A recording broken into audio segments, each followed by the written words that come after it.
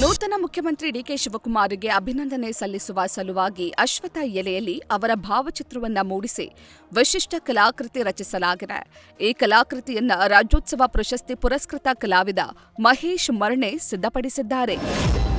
ಮಂಡ್ಯದಲ್ಲಿ ಕಾಂಗ್ರೆಸ್ ಸರ್ಕಾರದ ವಿರುದ್ಧ ಮುಸ್ಲಿಂ ಸಮುದಾಯದ ಮುಖಂಡರು ಹಾಗೂ ಕಾರ್ಯಕರ್ತರು ಪ್ರತಿಭಟನೆ ನಡೆಸಿ ಜಮೀರ್ ಅಹ್ಮದ್ರಿಗೆ ಸಚಿವ ಹಾಗೂ ಡಿಸಿಎಂ ಸ್ಥಾನ ನೀಡುವಂತೆ ಆಗ್ರಹಿಸಿದ್ದಾರೆ. ಬೆಂಗಳೂರು ಮೈಸೂರು ಹೆದ್ದಾರಿಯಲ್ಲಿ ಪಂಜಿನ ಮೆರವಣಿಗೆ ಹಾಗೂ ಮಾನವ ಸರಪಳಿ ನಿರ್ಮಿಸಿ ಸರ್ಕಾರಕ್ಕೆ ಎಚ್ಚರಿಕೆಯ ಸಂದೇಶ ರವಾನಿಸಿದ್ದಾರೆ.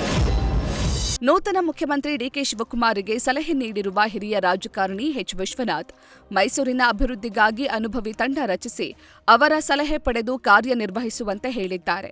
ಮೈಸೂರಿನಲ್ಲಿ ಭೂಮಾಫಿಯಾ ಹೆಚ್ಚಾಗಿದ್ದು, ಕೆಲ ಸರ್ಕಾರಿ ಅಧಿಕಾರಿಗಳ ಪಾತ್ರವೂ ಇದೆ ಎನ್ನುವ ಆರೋಪ ಮಾಡಿ ಅದರ ವಿರುದ್ಧ ಕಠಿಣ ಕ್ರಮ ಕೈಗೊಳ್ಳಬೇಕೆಂದು ಒತ್ತಾಯಿಸಿದರು. ಬೆಳಗಾವಿಯಲ್ಲಿ ಮತ್ತೊಂದು 100 ಕೋಟಿ ವಂಚನೆ ಪ್ರಕರಣ ಬೆಳಕಿಗೆ ಬಂದಿದೆ. ಗ್ರಾಹಕರಿಗೆ ಪ್ರತಿ 1 ಲಕ್ಷ ರೂಪಾಯಿಗೆ ಶೇಕಡ 5ರಷ್ಟು ಬಡ್ಡಿಯ ಆಮಿಷವೊಡ್ಡಿ ಸಾವಿರಾರು ಕೋಟಿ ಹೂಡಿಕೆ ಪಡೆದಿದ್ದ ಆದಿತ್ಯರಾಜ ಕ್ಯಾಪಿಟಲ್ ಸಂಸ್ಥೆಯ ಮೇಲೆ ಎಸಿ ಶ್ರವಣ್ಕುಮಾರ್ ನೇತೃತ್ವದಲ್ಲಿ ಭರ್ಜರಿ ದಾಳಿಯಾಗಿದೆ.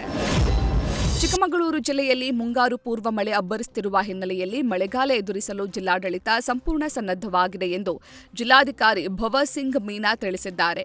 ಜಿಲ್ಲೆಯಲ್ಲಿ ರಕ್ಷಣಾ ಕಾರ್ಯಾಚರಣೆಗಾಗಿ 34 ತಂಡಗಳನ್ನು ನಿಯೋಜಿಸಲಾಗಿದ್ದು, 561 ಗೃಹ ರಕ್ಷಕರು, 64 ಈಜುಗಾರರು ಹಾಗೂ 566 ಸ್ವಯಂ ಸೇವಕರು ಸಜ್ಜಾಗಿದ್ದಾರೆ. ರಾಜ್ಯದ ಶಾಲಾ ಹಾಗೂ ಕಾಲೇಜು ವಿದ್ಯಾರ್ಥಿಗಳಿಗೆ ಉಚಿತ ಬಸ್ ಪಾಸ್ ನೀಡುವ ಕುರಿತು ಸರ್ಕಾರ ಅಧಿಕೃತ ಆದೇಶ ಹೊರಡಿಸಿದೆ. ನಿನ್ನೆ ಮುಖ್ಯಮಂತ್ರಿ ಡಿಕೆ ಶಿವಕುಮಾರ್ ಘೋಷಣೆ ಮಾಡಿದ ಬೆನ್ನಲ್ಲೇ ಇಂದು ಆದೇಶ ಪ್ರಕಟವಾಗಿದೆ. ರಾಜ್ಯದ 4 ಸಾರಿಗೆ ಸಂಸ್ಥೆಗಳ ಬಸ್ಗಳಲ್ಲಿ ವಿದ್ಯಾರ್ಥಿಗಳು ಉಚಿತವಾಗಿ ಪ್ರಯಾಣಿಸಲು ಅವಕಾಶ ಕಲ್ಪಿಸಲಾಗಿದೆ. ಕೊಡಗು ಜಿಲ್ಲೆಯ ವಿರಾಜಪೇಟೆ ತಾಲೂಕಿನ ಒಂಟಿಯಂಗಡಿ ಸಮೀಪ ಜೀಪ್ ಒಂದು ಬ್ರೇಕ್ ವಿಫಲಗೊಂಡು ಪಲ್ಟಿಯಾದ ಪರಿಣಾಮ 5ಕ್ಕೂ ಹೆಚ್ಚು ಕಾರ್ಮಿಕರು ಗಾಯಗೊಂಡಿದ್ದಾರೆ. ಅಮ್ಮತ್ತಿ ಭಾಗದಿಂದ ಕಾರ್ಮಿಕರನ್ನ ಕೆಲಸಕ್ಕೆ ಕರೆದೊಯ್ಯುತ್ತಿದ್ದ ವೇಳೆ ಈ ಅವಘಡ ಸಂಭವಿಸಿದೆ.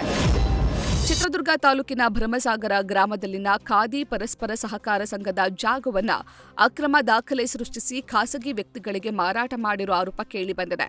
ಕೆಎಸ್ಆರ್ಟಿಸಿ ಬಸ್ ನಿಲ್ದಾಣದ ಸಮೀಪದ 100/150 ಅಡಿ ಜಾಗವನ್ನು ಸಂಘದ ಅಧ್ಯಕ್ಷರಾಗಿದ್ದ ಮೋಕ್ಷಪ್ಪ ತಮ್ಮ ಸ್ವಂತ ಆಸ್ತಿ ಅಂತ ತೋರಿಸಿ 2022ರಲ್ಲಿ ಕಾಂಗ್ರೆಸ್ ಮುಖಂಡ ಎಸ್ಎಂಎಲ್ ತಿಪ್ಪೇಸ್ವಾಮಿಗೆ ಮಾರಾಟ ಮಾಡಿದ್ದಾರೆ ಅಂತ ಸಂಘದ ಸದಸ್ಯರು ಆರೋಪಿಸಿದ್ದಾರೆ.